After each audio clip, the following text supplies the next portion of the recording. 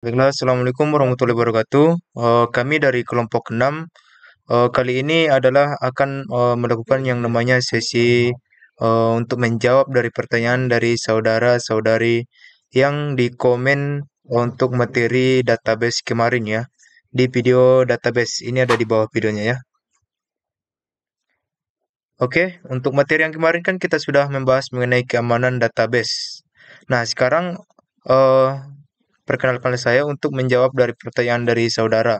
Yang pertama dari saudara Arif, bagaimana pentingnya inskripsi data dalam konteks perlindungan sistem basis data di perlindungan sistem basis data kan? Oke. Dan strategi apa yang akan diterapkan untuk mengamankan data yang disimpan? Oke, baik saya akan menjawab strateginya. Yang pertama itu kita harus perkenalkan dahulu untuk inskripsi data sangat penting dalam perlindungan sistem data. Data karena dapat mencegah akses yang tidak sah dan pada yang disimpan dan membantu melindungi privasi pengguna. Nah, strategi. Strategi yang akan diterapkan meliputi penggunaan algoritma atau inskripsi yang kuat. Nah, yang kedua itu perlindungan kunci. Yang ketiga, kontrol akses yang ketat pada data dan dienskripsi. Oke, pertanyaan selanjutnya dari saudara Junial.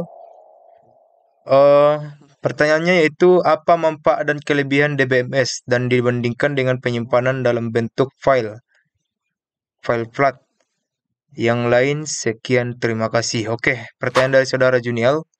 Manfaat dari kelebihan DBMS. Yang pertama itu kemampuannya yang menyimpan dan mengelola volume data. Nah, kemampuan ini mencakup kemampuan DBMS yang besar dalam pengelolaan data yang lebih mudah dan cepat, pengamatan data yang lebih baik, dan kemampuan menjalankan query atau kompleks serta analisis data.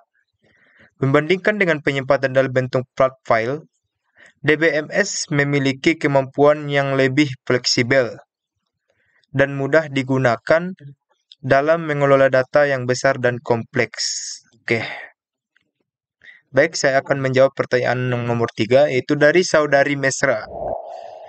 Bagaimana peran inskripsi data, dan pengelolaan kunci dalam memperkuat keamanan basis data perusahaan? Dan apa tantangan utama yang terkait dan diimplementasikannya? Oke, saya jawab.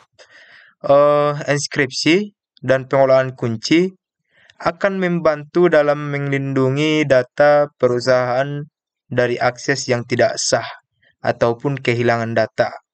Nah, tantangan utama yang terkait dengan implementasi ini adalah pengolahan kunci yang aman dan efektif serta memastikan data tidak terlupakan secara tidak sengaja. Pertanyaan nomor 4 dari saudari Zahra. Bagaimana cara DBMS mengatasi masalah ketergantungan data yang berlebihan dalam bentuk database? DBMS mengatasi masalah ketergantungan data dengan memisahkan data menjadi tabel yang berbeda dan menghubungkannya menggunakan relasi. Hal ini memungkinkan data untuk diakses secara independen dan memungkinkan perubahan skema tanpa memengaruhi aplikasi yang terhubung dengan basis data. Oke, pertanyaan selanjutnya dari saudara Hafizur Rahman. Saya ingin bertanya, maksudnya saudara Hafiz ingin bertanya, dalam database banyak sekali terjadi ancaman dan kelemahannya. Bagaimanakah cara untuk membangun keamanan database yang baik? Apa saja yang perlu diperhatikan dalam penggunaannya? Dan siapakah yang dapat kita beri amanah untuk menjaga keamanan database tersebut? Pertanyaan ini beranak-beranak ya. Oke, saya jawab. Cara membangun keamanan database yang baik meliputi penggunaan inskripsi data, kontrol akses yang ketat, pemantauan aktivitas pengguna, pembaruan perangkat lunak yang teratur. Hal-hal yang perlu diperhatikan dalam meliputi perlindungan firewall, backup data, dan pelatihan pengguna. Tim keamanan perusahaan yang ahli dapat diberi amanah untuk menjaga keamanan database ini. Oke.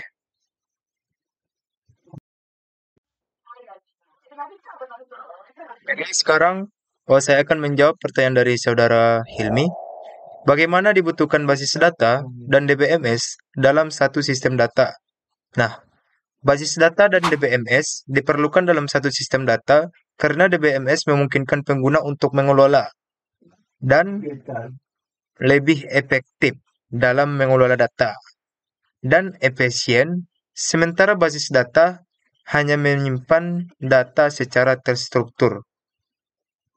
Oke, pertanyaan selanjutnya dari saudara Nelson. Pertanyaannya, bagaimana jika ada form login kita yang diterapkan autentikasi berlapis selain password, seperti token yang dikirim melalui SMS yang berubah setiap saat? Apakah ini memiliki kerentanan terhadap SQL injection? Oke, implementasi autentikasi berlapis dapat membantu mencegah SQL injection. Akan tetapi, tetap perlu dilakukan pengamanan dan pemantauan yang ketat untuk menjaga keamanan basis data. Pertanyaan selanjutnya itu pertanyaan dari saudara Depra. Pada database access control, dijelaskan merupakan proses mengontrol akses database dengan peraturan dan prosedur mekanisme teknis. Oke, terkait dengan database dan pengaturannya. Oke, database access control mengontrol akses data dengan menggunakan pengaturan prosedur dan mekanisme teknis, seperti pengaturan hak akses di bagian pengguna, kontrol akses, dan audit trial. Oke, pertanyaan 9 dari saudari Padilla. Serangan injection atau injection SQL merupakan teknik serangan injeksi kode yang memanfaatkan celah keamanan yang terjadi pada layar basis data dari sebuah aplikasi. Jadi, pertanyaannya, bagaimana cara mengatasi ancaman keamanan SQL injection tersebut? Oke, kita jawab.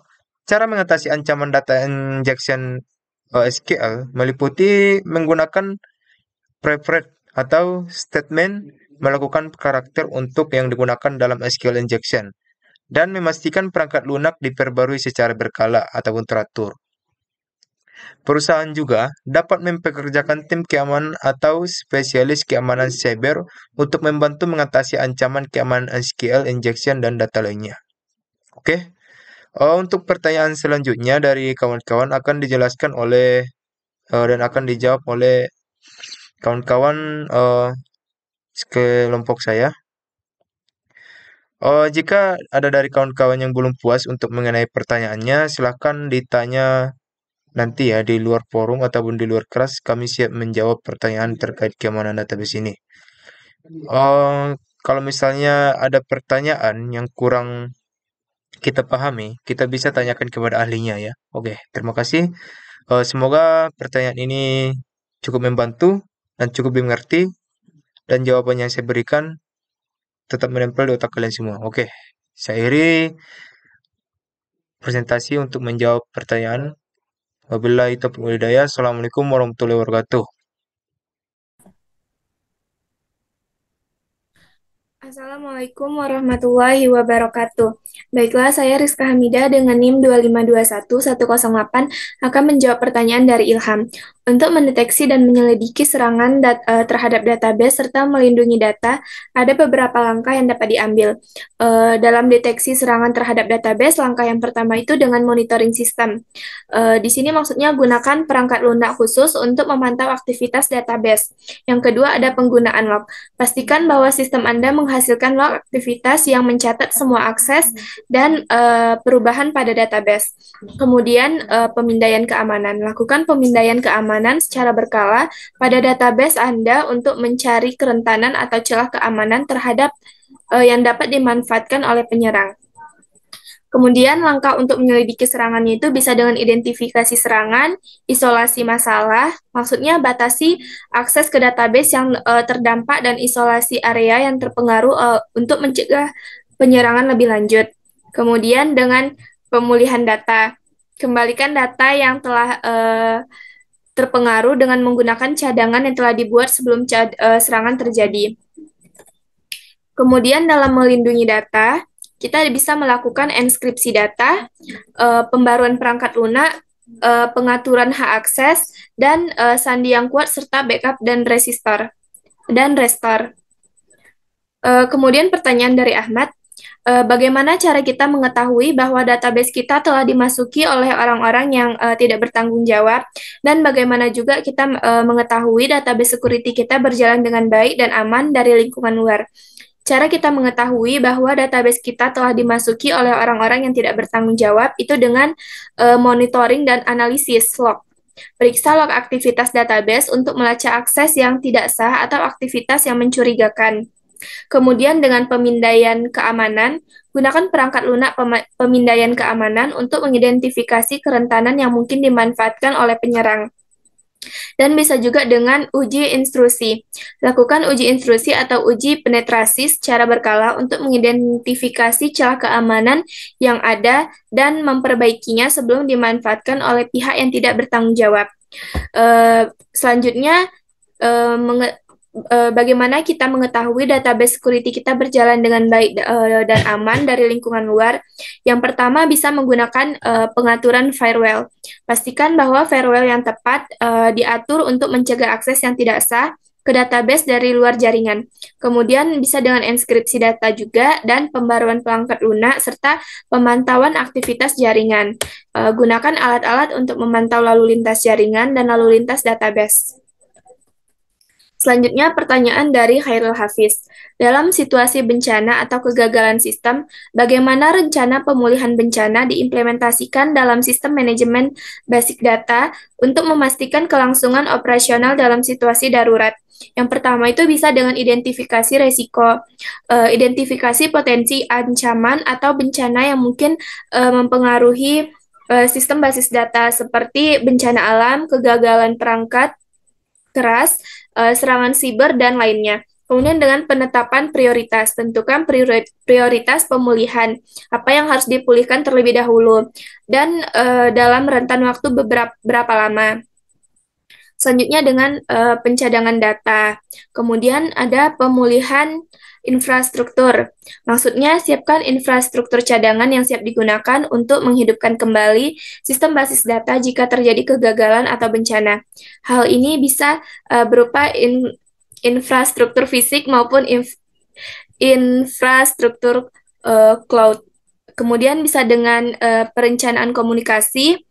Tentukan protokol komunikasi yang jelas untuk menghubungi personel yang terlibat dalam pemulihan bencana. Pastikan alur komunikasi yang efektif untuk koordinasi selama pemulihan, serta uji coba rencana. Lakukan uji coba secara berkala untuk memastikan bahwa rencana pemulihan bencana berfungsi dengan baik. Selanjutnya, pertanyaan dari Fatur Rahman. Bagaimana penggunaan autentikasi ganda dapat membantu meningkatkan keamanan sistem basic data dan sistem manajemen basic data? Menerapkan autentikasi ganda pada sistem basic data dan manajemen basis data adalah salah satu cara terbaik untuk meningkatkan keamanan dengan menggunakan lebih dari satu metode untuk memverifikasi identitas pengguna. Risiko keamanan secara signifikan berkurang dan dapat memberikan perlindungan tambahan terhadap ancaman yang berasal dari berbagai sumber, seperti serangan phishing, peretesan, dan akses tidak sah ke sistem. Cara di mana penggunaan autentikasi ganda membantu dalam meningkatkan keamanan. Yang pertama, bisa dengan perlindungan terhadap akses yang tidak sah. Kemudian memperkuat keamanan sandi, meningkatkan keamanan transaksi penting, mengurangi ancaman serangan phishing, dan perlindungan terhadap serangan lainnya. Kemudian pertanyaan dari Zian, bagaimana sebuah tabel dalam database relasional dapat mempresentasikan informasi tentang sesuatu di dunia nyata? Dalam database relasional, sebuah tabel mempresentasikan entitas atau objek di dunia nyata. Entitas ini bisa menjadi objek fisik, konsep, atau informasi yang dapat diidentifikasi secara unik. Setiap baris dalam tabel mewakili satu contoh atau instance dari entitas tersebut. Sedangkan kolom tabel mempresentasikan atribut atau sifat-sifat dari entitas tersebut. Dengan memanfaatkan relasi antar tabel, database relasional dapat menggambarkan hubungan antara entitas-entitas, memungkinkan representasi yang kuat dan terstruktur dari informasi tentang sesuatu di dunia nyata. Ini memungkinkan pengelolaan data yang efisien, pengambilan informasi, dan analisis yang lebih baik. Selanjutnya pertanyaan dari Rizko. Misalnya, jika terjadi kerusakan pada database, apakah ada cara untuk pemulihannya? Ada beberapa cara umum untuk pemulihan data dari kerusakan database. Yang pertama, dengan pemulihan dari backup. Langkah pertama yang umum dilakukan adalah menggunakan cadangan untuk memulihkan database ke titik waktu sebelum kerusakan terjadi. Kemudian bisa dengan point in time recovery atau pemulihan ke titik waktu tertentu. Beberapa sistem database mendukung pemulihan ke titik waktu tertentu sebelum terjadinya kerusakan. Kemudian ada juga yang namanya rekonsiliasi data yang tersedia. Jika tidak ada backup yang tersedia, namun masih ada data yang dapat diakses, Anda dapat melakukan upaya untuk merekonsiliasi data yang masih utuh atau memperbaiki bagian data yang rusak. Kemudian dengan menggunakan fasilitas perbaikan DBMS, beberapa sistem database menyediakan utilitas perbaikan yang memungkinkan Anda untuk memperbaiki kerusakan yang ditemukan dalam struktur database. Kemudian bisa dengan konsultasi ahli juga. Selanjutnya, saya akan menjawab pertanyaan dari Tegar. Apa saja langkah-langkah pelindungan yang perlu dipertimbangkan dalam sistem manajemen basic data agar data sensitif tetap aman dari serangan siber? Yang pertama bisa dengan enskripsi data, kemudian pengaturan hak akses, terus keamanan sandi, selanjutnya implementasi multifaktor authentication atau MVA, dan yang kelima pemantauan dan audit. Juga ada patching dan pembaruan perangkat lunak. Yang ketujuh ada backup dan restore yang teratur serta perlindungan dari serangan. Selanjutnya pertanyaan dari Sidratul Husni. Pertanyaannya, bisakah Anda memberikan contoh situasi di mana kebocoran data dalam database dapat memiliki dampak serius pada organisasi atau data yang dijaga, dan metode apa yang Anda akan lakukan untuk mengatasinya?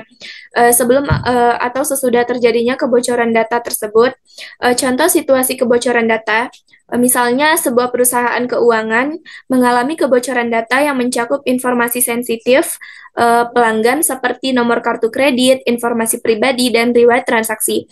Nah, serangan siber telah mengakibatkan akses ilegal ke sistem database mereka. Kemudian dampak seriusnya bisa menyebabkan kehilangan kepercayaan pelanggan, yaitu kebocoran data pelanggan bisa merusak kepercayaan pelanggan terhadap perusahaan.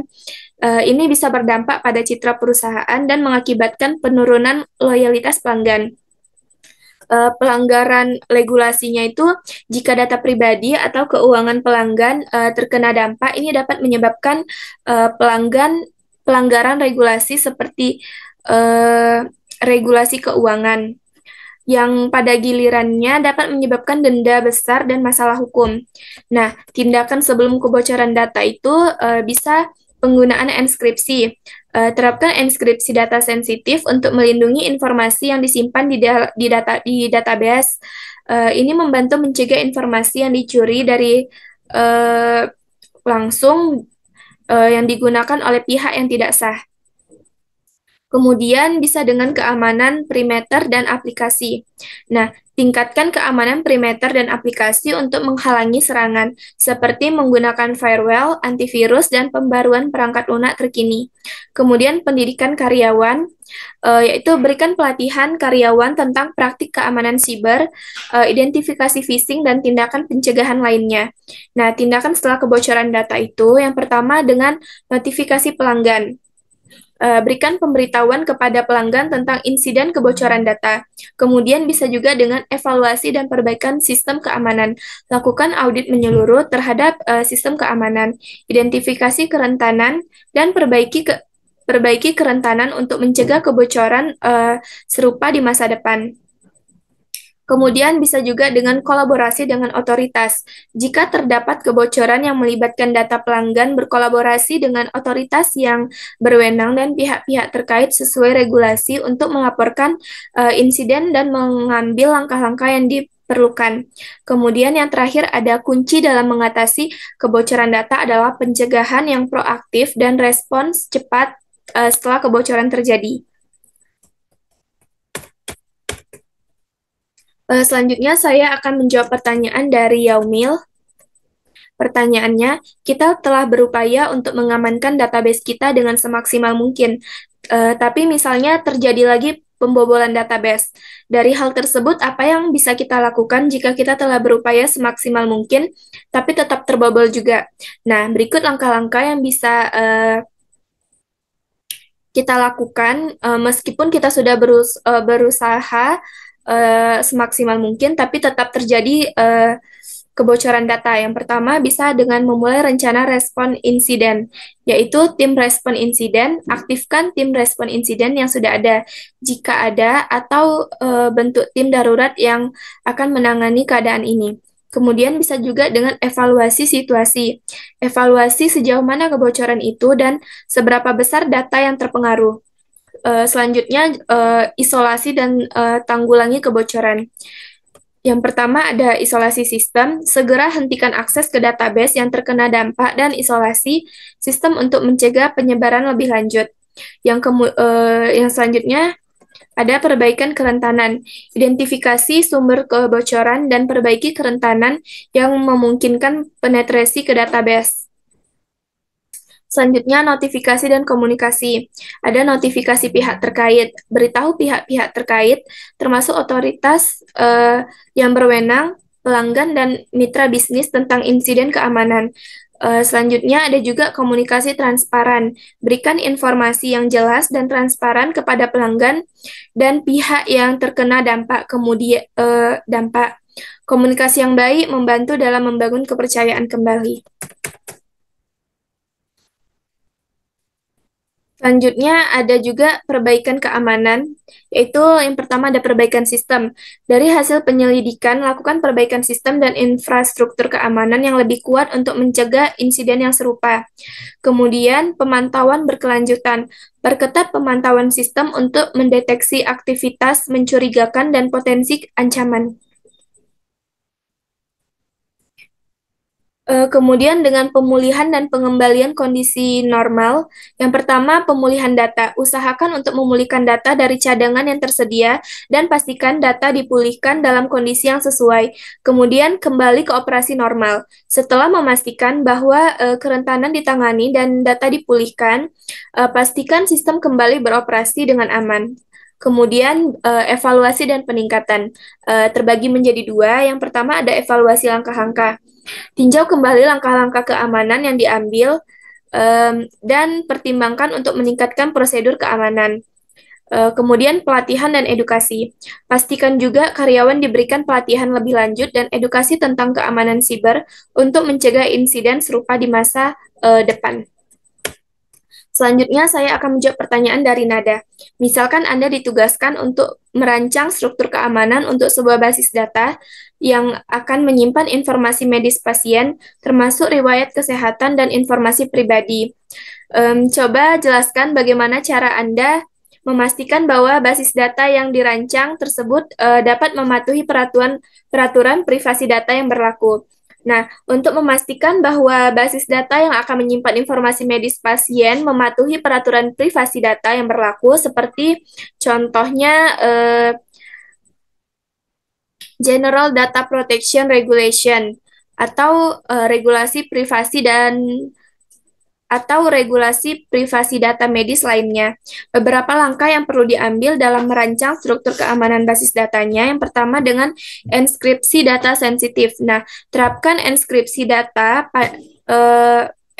pada data sensitif seperti informasi medis pasien dan informasi pribadi seperti nomor KTP, alamat, dan lain-lain. Kemudian pengaturan hak akses yang terkontrol. Tentukan hak akses yang terkontrol dan sesuai pada basis data. Selanjutnya, audit dan logging. Lakukan juga pemantauan dan pencatatan aktivitas pengguna. Ini termasuk pencatatan siapa yang mengakses data, kapan, dan apa yang diakses. Audit log ini dapat membantu dalam pelacakan jika terjadi akses yang tidak sah. Kemudian, masking atau anonimisasi data. Gunakan teknik masking atau anonimisasi untuk menyembunyikan atau mengaburkan informasi pribadi yang tidak perlu ditampilkan, terutama saat digunakan untuk tujuan analisis atau pengembangan aplikasi. Yang kelima ada perencanaan keamanan sistem. Nah, rencanakan dan implementasikan langkah-langkah keamanan tambahan yang spesifik untuk melindungi data medis sensitif seperti firewall yang kuat, sistem deteksi intrusi, dan antisipasi serangan ransomware. Selanjutnya ada juga kebijakan perlindungan data dan pelatihan karyawan. Tetapkan kebijakan perlindungan data yang jelas dan terpahami oleh seluruh personil yang memiliki akses ke basis data. Berikan pelatihan kepada staf tentang pentingnya privasi data dan praktik keamanan. Kemudian kepatuhan dan pembaruan. Pastikan sistem dan prosedur yang dirancang selaras dengan peraturan privasi yang berlaku. Selalu perbarui dan pantau perubahan pada regulasi agar sistem tetap mematuhi aturan. Selanjutnya, penghapusan data yang tidak diperlukan. Pastikan untuk menghapus data medis yang tidak diperlukan lagi sesuai dengan peraturan yang berlaku untuk menghindari penyimpanan data yang tidak perlu. Kemudian, rencana respon insiden. Siapkan rencana respon insiden yang jelas untuk menangani kebocoran atau pelanggaran privasi data jika terjadi. Itu saja pertanyaan yang dapat saya jawab. Beberapa pertanyaan lainnya akan dijawab oleh materi selanjutnya.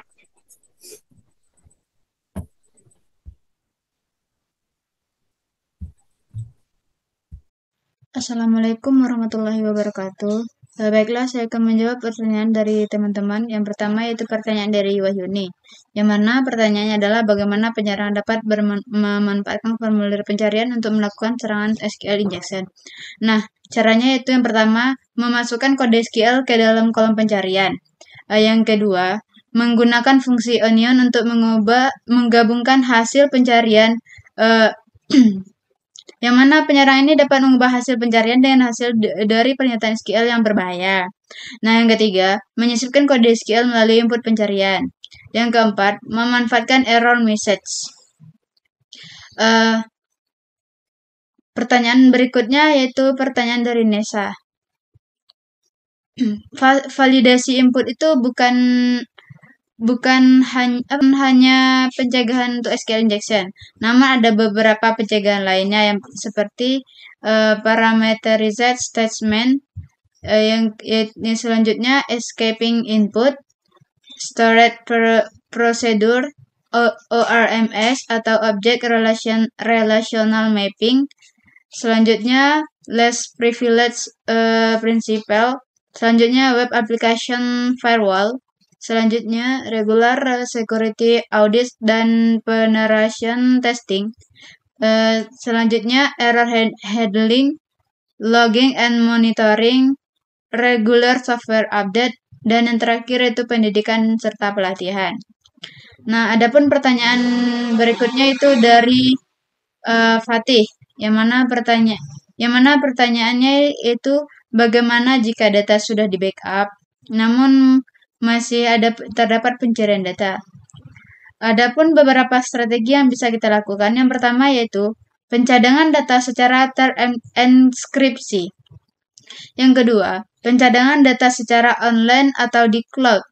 Yang ketiga, implementasi, replication, dan redundancy. Yang keempat, monitoring keamanan aktif. Yang kelima, pengelolaan akses pengguna. Yang keenam, backup incremental atau diferensial. Selanjutnya itu pelatihan dan kesadaran pengguna. Selanjutnya, penggunaan sistem deteksi intrusi. Selanjutnya, menggunakan layanan keamanan manajemen identitas. Dan yang terakhir, pengembalian data terenkripsi. Adapun pertanyaan berikutnya yaitu dari Aurora, yang mana pertanyaannya adalah sebutkan jenis-jenis serangan SQL injection dan bagaimana serangan tersebut dapat mengganggu keamanan database. Nah, serangan pertama yaitu classic SQL injection. Nah, penyerangan ini memasukkan input yang tidak sah ke dalam formulir atau parameter URL, yang kemudian disisipkan ke dalam query SQL. Yang kedua, union Besides SQL injection, yang mana penyerangan mencoba menyisipkan pernyataan union ke dalam query untuk menggabungkan hasil dari tabel lain ke dalam hasil query asli. Selanjutnya, blind SQL injection. Nah, penyerangan ini mencoba mendapatkan informasi dari basis data tanpa melihat hasil query langsung. Yang keempat yaitu time-based blind SQL injection. Nah, jika blind SQL injection tadi penyerang menggunakan pernyataan SQL yang menghasilkan penundaan waktu, namun untuk menentukan apakah pernyataan SQL yang diajukan benar atau salah. Nah, yang kelima, error besides SQL injection. Penyerangan memasukkan input yang dirancang untuk menyebabkan kesalahan SQL di dalam aplikasi. Yang keenam, out of band SQL injection. Nah, penyerangan ini menggunakan jalur komunikasi lain selain aplikasi web untuk mengekstrak data dari basis data. Nah, pertanyaan berikutnya ada dari Sarlina, yaitu bagaimana cara mencegah pelanggan mengakses data pelanggan lain. Yang pertama itu implementasikan kontrol akses yang kuat. Yang kedua, prinsip kepentingan terkecil.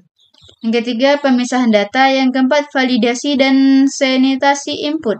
Yang kelima, inskripsi data. Yang keenam, pemantauan aktivitas pengguna. Yang ketujuh, login and audit. Yang kedelapan, pelatihan dan kesadaran pengguna.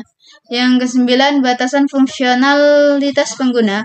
Yang kesepuluh, penghapusan data yang tidak diperlukan. Yang 11, pemeriksaan keamanan reguler. Nah, pertanyaan berikutnya datang dari Sari. Yang mana pertanyaannya adalah, bagaimana cara mengatasi agar akun kita tidak bisa dijebol oleh hacker? Dan kalau semisalnya dijebol oleh hacker, apakah akun kita bisa dikembalikan? Kalau bisa, bagaimana caranya? Nah, yang pertama untuk mengamankan akun, bisa kita gunakan yaitu gunakan kata sandi yang kuat, aktifkan verifikasi 2 langkah, pembaharuan pelengkap lunak dan aplikasi, waspadai email dan pesan phishing, pilih layanan keamanan yang tepat, pemantauan aktivitas akun, hati-hati dengan aplikasi pihak ketiga, backup data penting, dan pahami risiko. Nah, jika akun sudah dibobol, maka yang dapat kita lakukan yang pertama yaitu segera ganti kata sandi, hubungi penyedia layanan, periksa aktivitas akun, periksa perangkat, dan laporkan ke pihak berwenang. Selanjutnya ada pertanyaan dari Ebit, yang mana pertanyaannya itu jika terjadi pencurian atau pembajakan data tanpa kita sadari, dan kita baru sadar data kita itu sedang dibajak. Kira-kira bagaimana caranya? Yang pertama, segera ganti kata sandi. Yang kedua, aktifkan verifikasi 2 langkah. Yang ketiga, periksa aktivitas akun.